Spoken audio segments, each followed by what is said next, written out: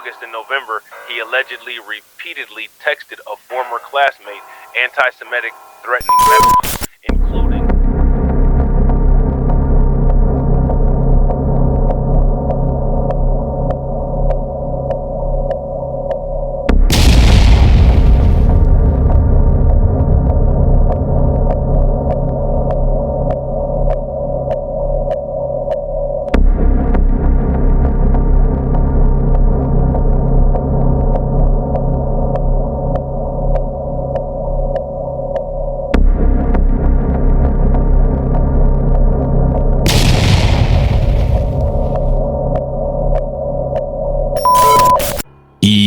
Yo, what up, y'all? It's your boy Rob coming back at you once again with another video. So before we get started, you already know what to do. If you're not subscribed to the channel, make sure you hit the bell icon twice.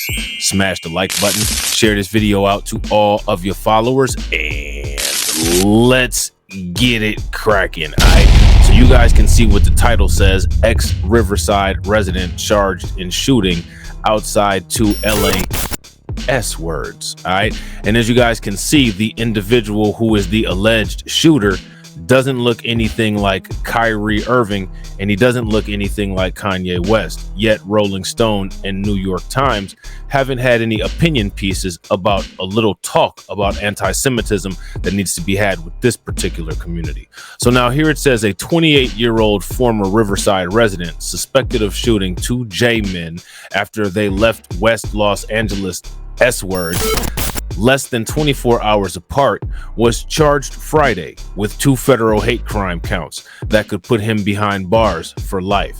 Jamie Tran, who was arrested Thursday by Cathedral City Police, was charged with committing a hate crime in connection with the shootings, according to a criminal complaint unsealed on Friday.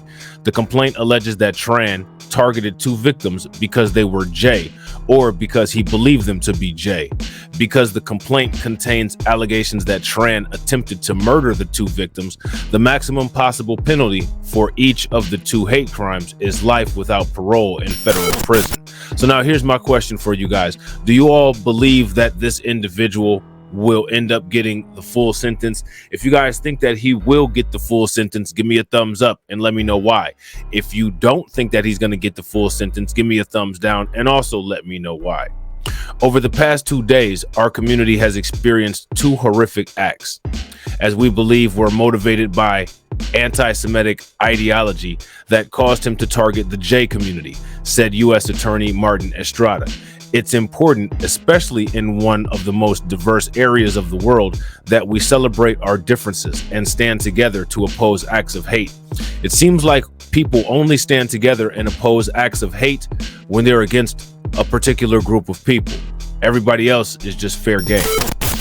So now here it says Tran appeared in Los Angeles federal court Friday afternoon and was ordered to remain jailed without bail. Magistrate Judge Margot A. Rocconi scheduled his arraignment for March 9th. The defendant was motivated by anti-Semitism, Estrada said at a news conference in downtown Los Angeles. Hate crimes have no place in our community. In a Mirandized recorded interview, Tran acknowledged having intentionally shot the two victims, according to an affidavit filled in support of the criminal complaint and arrest warrant.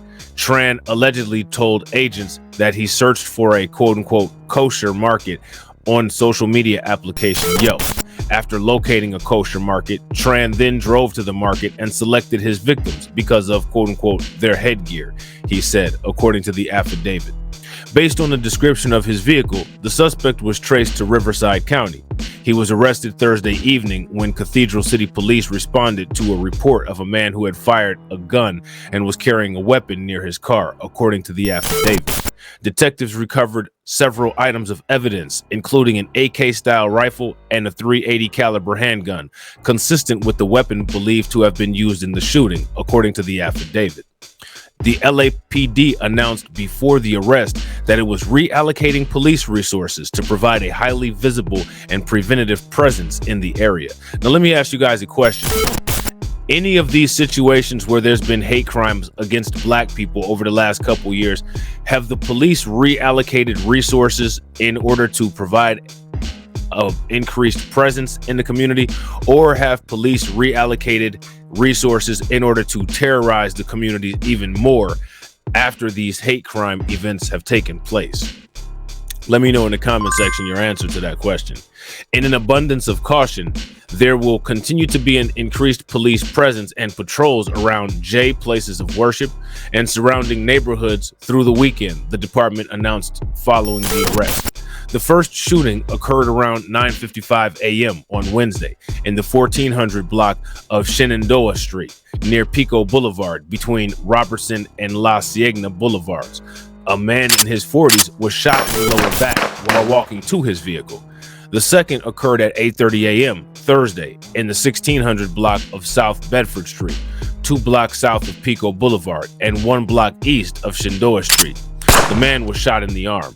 Both victims survived. So now this is interesting because I'm not sure if the police provided increased presence to the Buffalo area after the Tops massacre, but there was 11 people dead in that massacre, and I'm pretty sure that that didn't happen. Also, something else that happened was that the narrative of that got spun into anti-Semitism, despite the fact that it was all black people who were it was, I believe, 10 black people who were killed. Notice how there's no narrative sharing here. They're not going to patrol J areas and patrol black areas. We're not talking about blacks and J's. We're specifically talking about what happened to the J's in the J community. So one thing that we have to ask ourselves is, why is it that when something happens to us, the mainstream media always says us and another community? One of the reasons is to continually marginalize us until they marginalize us out of existence. You know what I'm saying? So now here it says, those who engage, Los Angeles Mayor Karen Bass, your girl, big homie Bass, said Thursday that anti-Semitism and hate crimes have no place in our city or our country. But now, when her homegirl, Nuri Martinez, was being a shady pendeja on the city council, Karen Bass was staunchly quiet. She sat there very light-skinned and very quiet, you know what I'm saying, with a corny smile on her face. Do you guys remember that? Just last December, I stood blocks away from where these incidents occurred as we celebrated the first night of Hanukkah together.